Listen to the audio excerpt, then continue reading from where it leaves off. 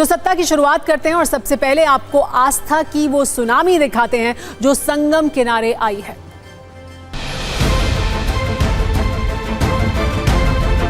Bus stand हो, airport हो, railway station हो या सड़कों का रेला हो, हर जगह सिर्फ और सिर्फ भीड़ नजर आ रही है।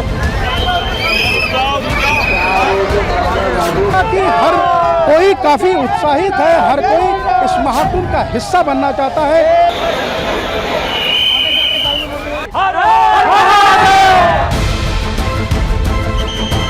आप आगे जाइए, आपके लिए आगे आश्रय बनाया गया है। जी, कितना भीड़ है? 6 बजे से यहाँ खड़े हैं, अभी तक ट्रेन में बैठने का कोई उम्मीद नहीं है। और भीड़ के देखते हुए हम लोग समझ गए कि हम लोग जाए कैसे। निकलते रहिए, धीरे-धीरे आगे बढ़ते रहिए, निकलते रहिए।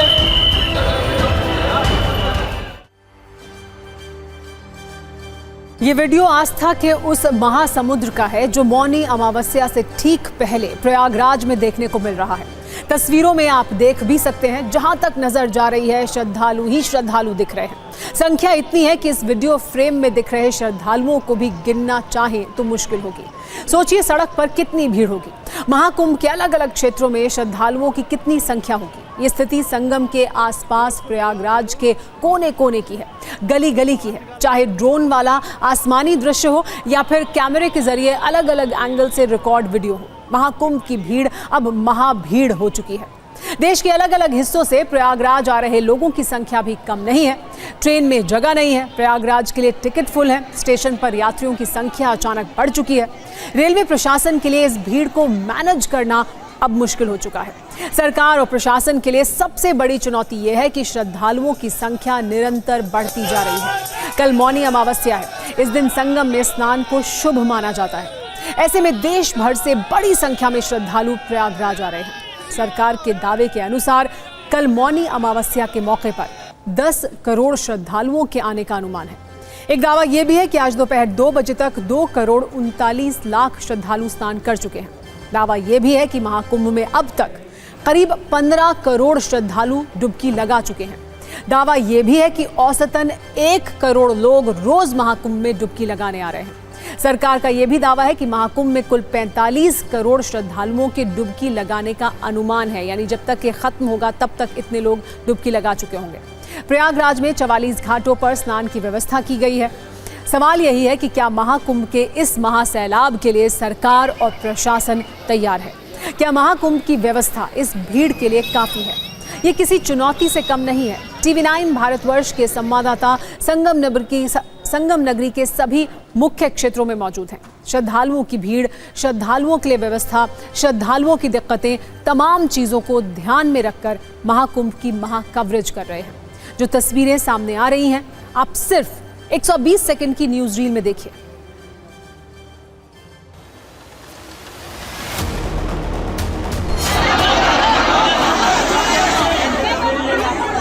मौनी अमावस्या से पहले इस वक्त पूरा प्रयागराज खचाखच पब्लिक से भर चुका है।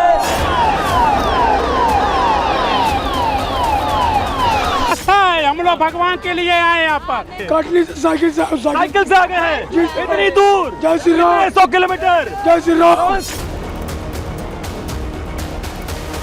हजारों करोड़ों की संख्या में लोग जो है यहाँ पर प्रयागराज आ रहे हैं, जहाँ पर वो आस्था की डुबकी लगाने के लिए काफ़ी उत्साहित है। चाहे रेलवे स्टेशन हो, बस स्टेशन हो या फिर एयरपोर्ट हो, हर जगह सिर्फ आपको भीड़ ही भीड़ दिखाई देगी।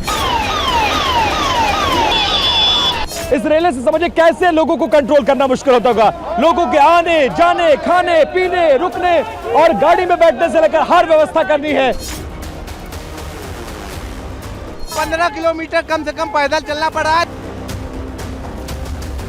जो स्टेशन है वो पूरा क्राउड से फुल हो चुका है, भीड़ बहुत ज्यादा है, जिसके चलते लोगों को परेशानी का सामना भी करना पड़ रहा है। प्रशासन की पुरजोर कोशिश है कि इस पूरी व्यवस्था को सुचारू रूप से वो चला सकें, लेकिन बावजूद इसके ऐसे कई सारे लोग हैं जो व्यवस्थाओं को ठीक ठहरा रहे हैं, तो कहीं दूसरी ओर ऐसे भी लोग हैं जो कई कई किलोमीटर चलने के चलते बहुत परेशान भी हैं।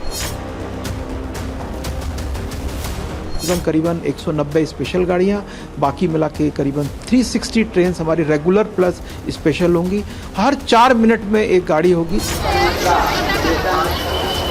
ट्रेन में जगह नहीं मिल पा रहा है कि लोग आने जाने के में बहुत दिक्कत हो रही है। इतनी भीड़ है कि लोग ट्रेन में पैर तक रखने की जगह नहीं है। जा रहे हैं वापस जाने की प्लानिंग में कि वो वापस जाएंगे, क्या करेंगे? क्या कुंभ नहाने नहीं जाएंगे? नहीं जाएंगे, भीड़ है तो कैसे जाएंगे? बताइए, इतना दिक्कत हो रहा है, इतना आदमी जा पाएगा? हम लोग प्रयास किए कि चले जाएं कुंभ नहाने, और भीड़ के देखते हुए हम लोग समझ में आए कि हम लोग जाए कैसे। कितनी भीड़ लग रही है, कितनी बहुत ज़्यादा, अधिक से अधिक भीड़। आप देख लीजिए, 4 स्पेशल ट्रेन है, इसमें खड़ा होने के लिए जगह नहीं है हम लोग। प्रयागराज महाकुंभ का व्यापक असर रामनगरी अयोध्या में भी देखने को मिल रहा है। सरकार का दावा है कि अयोध्या में पिछले 2 दिनों में लगभग 25 लाख श्रद्धालु रामलला के दर्शन कर चुके हैं। इस आंकड़े की हम पुष्टि तो नहीं कर सकते, लेकिन ये अयोध्या शहर की आबादी से करीब 30 गुना से भी ज्यादा है। आपको बता दें, 2024 में शहर की आबादी 78,000 थी। इस लिहाज से अयोध्या पर इस समय भीड़ का कितना दबाव है, ये आप समझ सकते हैं। 5 फरवरी तक के लिए स्कूल बंद कर दिए गए हैं। श्रद्धालुओं की भीड़ की वजह से हालात इतने चुनौतीपूर्ण हो चुके हैं कि राम जन्मभूमि तीर्थ ट्रस्ट की ओर से विशेष अपील की गई है।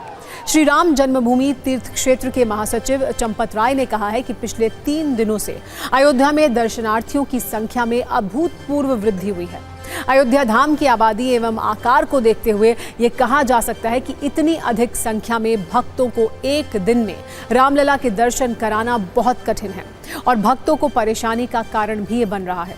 परिणाम स्वरूप किसी भी प्रकार की अनहोनी को रोकने के लिए आवश्यक हो गया है कि भक्तों को अधिक पैदल चलाना पड़ रहा है।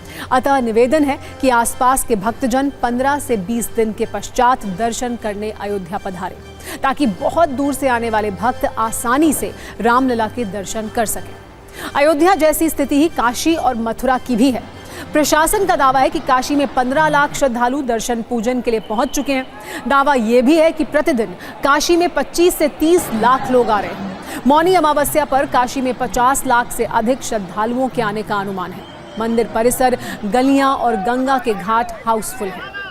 बाबा विश्वनाथ के दर्शन के लिए आधी रात से भक्त लाइन में खड़े हो रहे हैं। रेलिंग और बैरिकेडिंग के सहारे रात गुजार रहे हैं। सुबह 2:45 बजे कपाट खुलने के बाद दर्शन होते हैं। पुलिस के 5000 से अधिक जवानों को तैनात किया गया है। भीड़ को देखते हुए 5 फरवरी तक स्कूल कॉलेज बंद कर दिए गए हैं।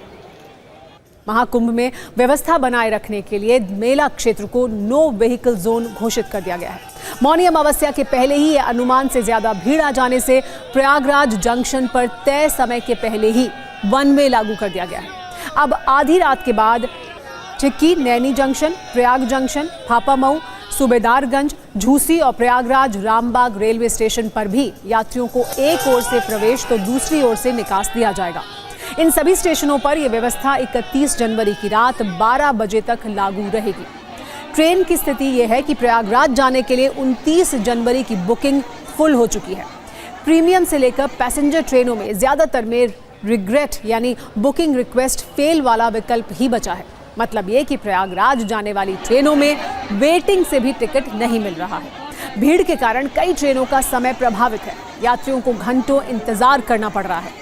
आपको एक डेमो के जरिए प्रयागराज जाने वाले श्रद्धालुओं की ट्रेन व्यथा आइए बताते हैं।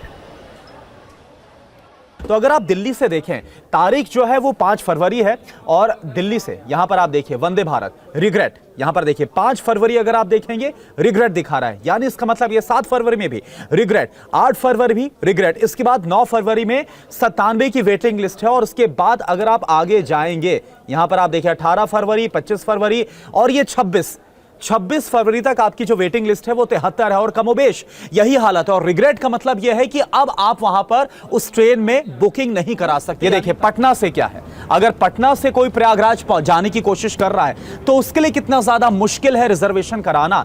आप देखिए 5 फरवरी वेटिंग लिस्ट कितनी है 37, 6 फरवरी 35, 45, 79, ये हालत है पटना से। इसके अलावा अगर आप देखिए तेजस राज, इसमें क्या है 5 फरवरी को रिग्रेट, 7 फरवरी रिग्रेट, 6 फरवरी को वेटिंग, 19 अगर आप कोई चांस लेना चाहें। यही कमोबेश अगर मैं नीचे स्क्रॉल करता हूं तमाम ट्रेन का यही हाल है।